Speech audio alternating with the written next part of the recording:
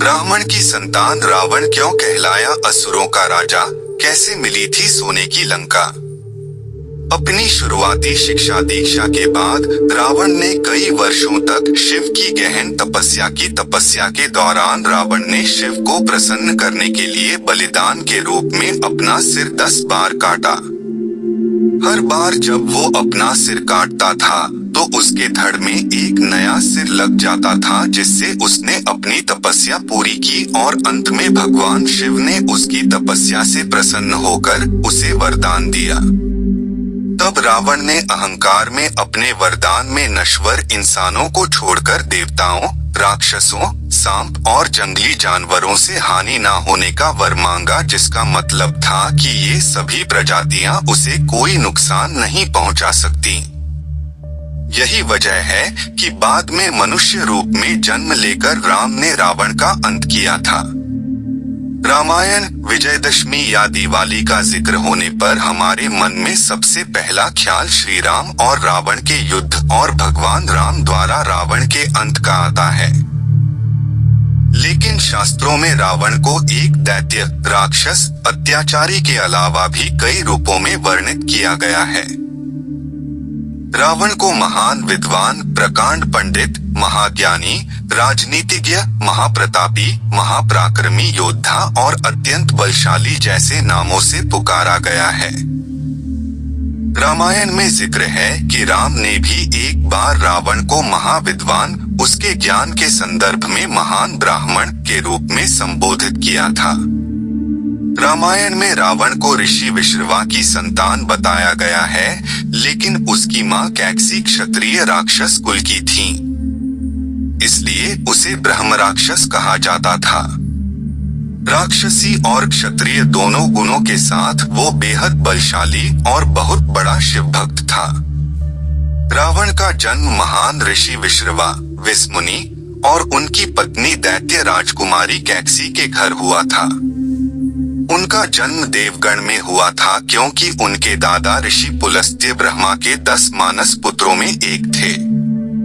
वो 7 महान ऋषियों के समूह, जिसे सप्तर्षि कहा जाता है, उसके सदस्य थे। कैकसी के पिता और दैत्यों के राजा सुमाल्या की इच्छा थी कि उनकी बेटी की शादी नश्वर दुनिया के सबसे शक्तिशाली व्यक्ति के साथ हो, ताकि उससे एक असाधारण संतान का जन्म हो। रावण के जन्म की ये है कहानी। उन्होंने अपनी बेटी के लिए आए विश्व के बड़े से बड़े राजाओं के प्रस्तावों को ठुकरा दिया, क्योंकि वो सभी उनसे कम शक्तिशाली थे। कैकसी ने इसके बाद ऋषियों में अपने लिए वर की खोज की और आखिर में विश्रवा ऋषि को शादी के लिए चुना, जिनका एक और बेटा कुबेर था।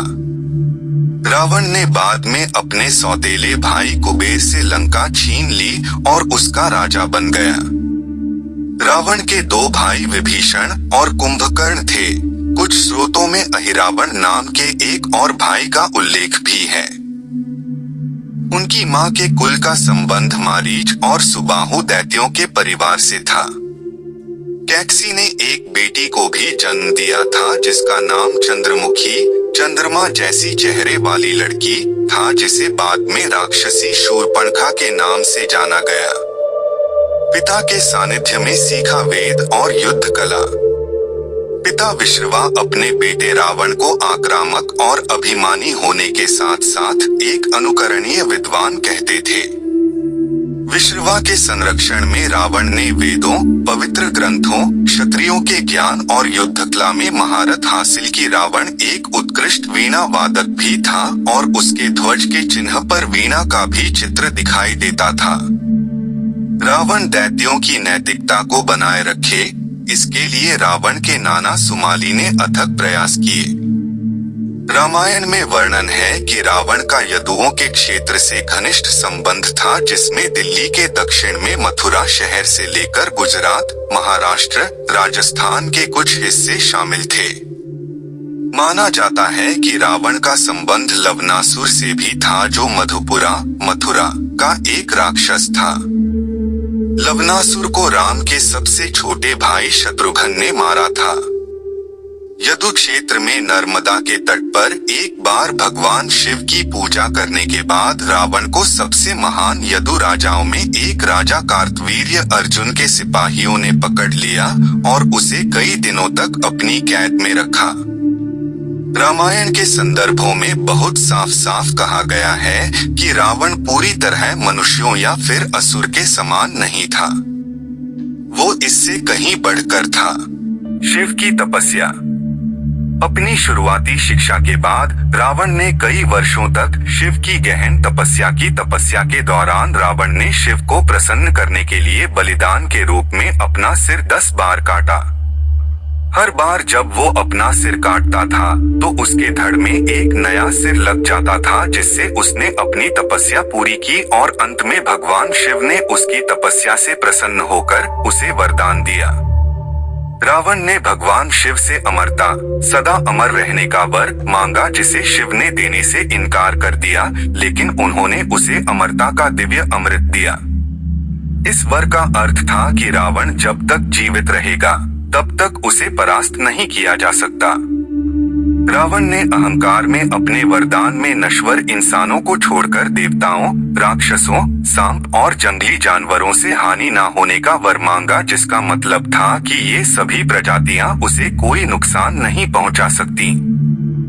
यही वजह है कि बाद में मनुष्य के रूप में जन्म लेकर राम ने रावण का अंत किया था। शिव ने उसे उसके सभी 10 कटे हुए सिरों के अलावा दिव्य शस्त्र और कई प्रकार के चमत्कार की शक्ति दी। इसी वजह से रावण को दशमुख या दशानन कहा गया। ऐसे बना रावण लंका का राजा। इन वरदानों को हासिल करने के बाद रावण ने अपने दादा सुमाली की तलाश की और अपनी शक्ति का विस्तार करने के लिए सेना का नेतृत्व करने लगा। इसके बाद रावण की नजर लंका पर पड़ी और उसने उस पर कब्जा जमाने की कोशिश शुरू कर दी। लंका एक बेहद सुंदर और रमणीय शहर था, जिसे शिव और पार्वती के लिए विश्वकर्मा द्वारा बनाया गया था।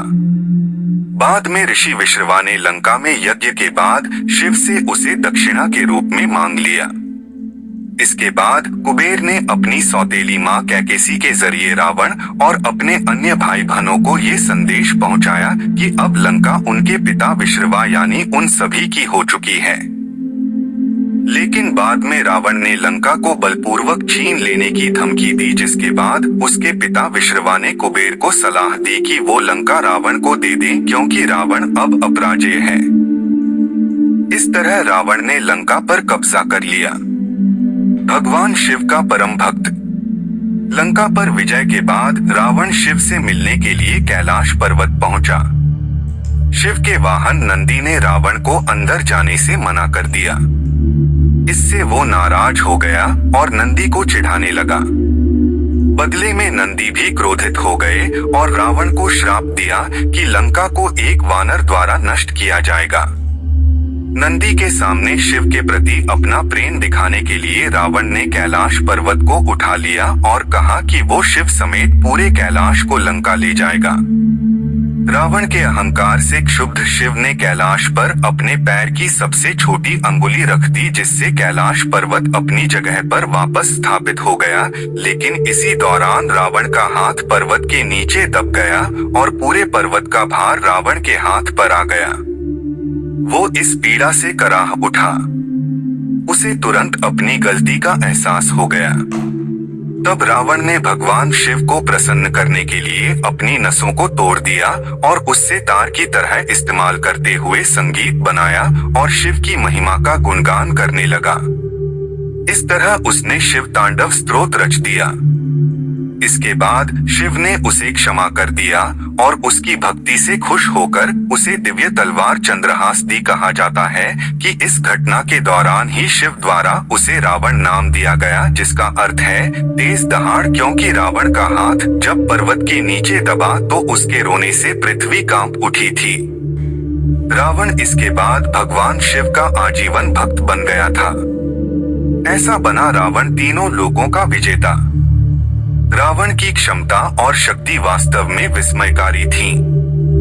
रावण ने कई बार मनुष्यों, देवताओं और राक्षसों पर विजय प्राप्त की, पाताल लोक को पूरी तरह जीतकर उसने अपने भाई अहिरावण को वहां का राजा बना दिया। वह तीनों लोकों में सभी असुरों का सर्वोच्च अधिपति बन गया। कुबेर ने एक बार रावण को उसकी क्रूरता और लालच के लिए आलोचना की, जिससे वो बहुत नाराज हो गया। भाई के इस अपमान के बाद वो स्वर्ग की ओर बढ़ा और देवताओं से युद्ध कर उन्हें हराया।